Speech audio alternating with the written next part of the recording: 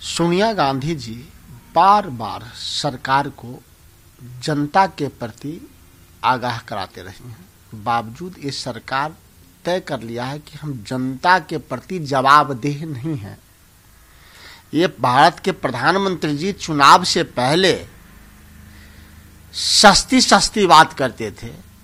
उस समय महंगाई पे चर्चा करते थे, पेट्रोल, डीजल और गैस सिलेंडर पे चर्चा करते थे। तो यूपीए कार्यकाल में तो 50 से कम था पेट्रोल, इनके कार्यकाल में 100 पार हो गया।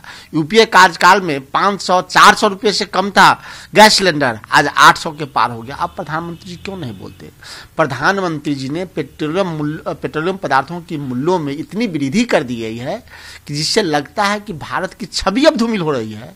भारत से सस्ता पेट्रोल पाकिस्तान में, भारत से सस्ता पेट्रोल बांग्लादेश में, भारत से सस्ता पेट्रोल श्रीलंका में, भारत से सस्ता पेट्रोल नेपाल में।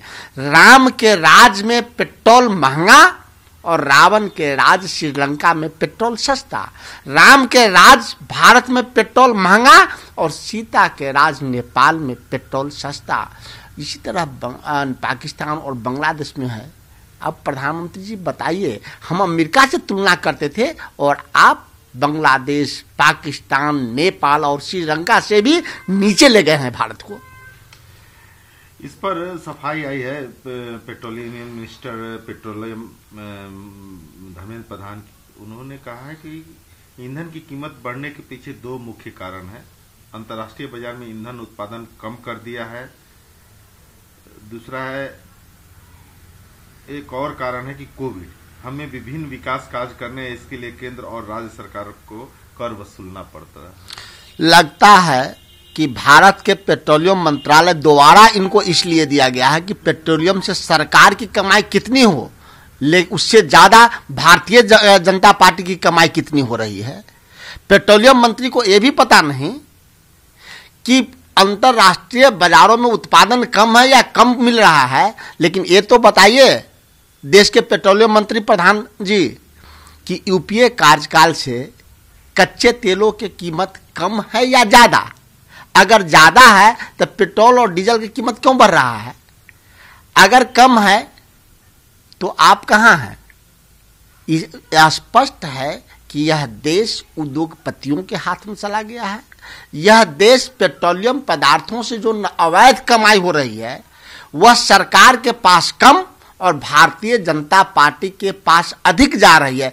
इसी का देन है कि गुजरात पेट्रोलियम कॉर्पोरेशन लिमिटेड के 20,000 करोड़ के घाटे को छुपाने के लिए यह भारत सरकार इंडियन ऑयल में मर्ज किया है, जबकि इसका गठन नरेंद्र मोदी जी जब मुख्यमंत्री बने थे तब किया गया था। उत्तर प्रदेश के सीएम योगी आदित्यनाथ केरल में थे। उन्होंने कहा कि 2009 में केरल उच्च न्यायालय ने यहां की सरकार का ध्यान लव जिहाद की ओर आकर्षित किया था, लेकिन यहां की सरकार लव जिहाद के खिलाफ कोई कानून नहीं बना पाई। लेकिन उत्तर प्रदेश सरकार ने लव जिहाद के खिलाफ सख्त कानून बना दिया। जिन जिन राज्यों में चुनाव आता है उन राज्यों में भारतीय जनता पार्टी के वो नेता जो खुद कुंवारे हैं या शादीशुदा होने के बावजूद पत्नी के साथ नहीं है, वो लव जिहाद की बात करते हैं। अगर आदित्यनाथ जोगी तो बताएं कि शाहनवाज हुसैन जी जो बिहार में मंत्री बने हैं उनकी धर्मपत्नी किस धर्म की है? उनके कैबिनेट में भारत सरकार में एक मंत्री है नकवी साहब, उनकी धर्मपत्नी किस धर्म की है?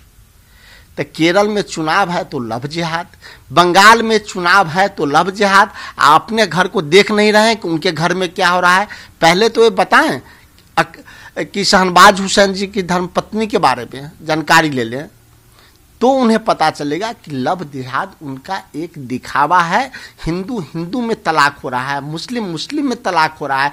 पहले घर गांव में समन्वय कैसे हो वो देखें। फोन कर रहा है।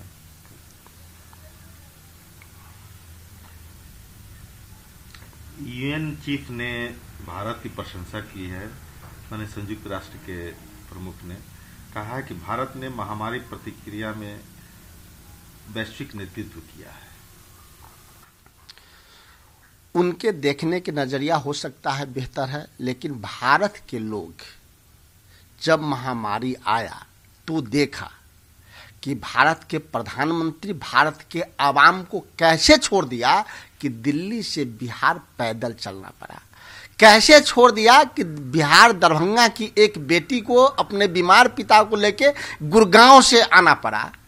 वो कैसे देख लिए कि बिहार के मुख्यमंत्री बिहार के बच्चों को बाहर छोड़ दिए, बिहार आने से मना कर दिए, तब भी उनको भारत को अच्छा लगता है। हम नहीं समझते हैं कि ऐसी तारीफ भारत को चाहिए, भारत को ऐसी तारीफ चाहिए जिसमें आवाम को लाभ हो, ऐसी तारीफ नहीं हो जो प्रधानमंत्री की पीठ थपथपाई जाए। महाराष्ट्र में फिर से कोरोना प्रभावित लोगों की संख्या बढ़ती जा रही है। अमरावती में एक सप्ताह के लिए लॉकडाउन लगा दिया गया। वहीं राज्य सरकार ने कहा है कि अगर इस तरह से कोरोना पॉजिटिव के मामले जारी रहेंगे तो शाम 5 बजे से सुबह 5 बजे तक कर्फ्यू लगा दिया है। और पुणे में लगाया गया रात का कर्फ्यू। पुणे में भी संख्या बढ़ रही है और स्कूल कॉलेज 28 फरवरी तक बंद रहेंगे, यह भी घोषणा। देखिए, सिर्फ महाराष्ट्र, पुणे, अमरावती की बात नहीं है, संपूर्ण देश में जांच अगर ठीक से हो तो आपको पता चलेगा कि कोरोना अभी है, कोरोना गया नहीं है। क्या काम हुआ जो कोरोना चला जाएगा? कोरोना आया कैसे वो पता नहीं चला, चला कैसे जाएगा ये कैसे पता चल जाएगा? भारत सरकार और राज्य सरकार कोरोना जांच में फेल है। बिहार में भी अगर जांच होगी तो आपको पता चलेगा कि बिहार की भी यही स्थिति है। अभी जरूरत है कि भारत जो कोविड इंजेक्शन से ज्यादा जरूरी है कि आज भी सर्दी खांसी बुखार जिनको होता है उनको कोविड जांच हो, लेकिन सरकार जांच नहीं कर रही है।